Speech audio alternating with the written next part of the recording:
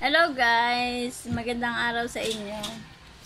Gusto ko lang pong i-flex yung isang taong nag-sponsor ng ating isang bag. Thank you sa'yo. Napakabait mo. Early Christmas gift daw na to sa akin. Gusto ko lang ipakita sa inyo kasi natutuwa ako sa kanya. Ito po siya. Ayan.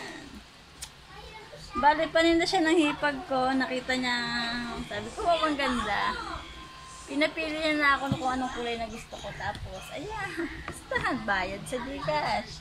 Nagkaroon si Mabel ng bagong bag. Thank you. Thank you so much. God bless you. Bait mo. Thank you.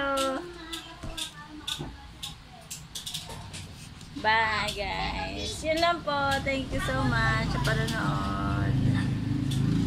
Sana magkaroon ka pa ng maraming blessings at magandang love life. Thank you.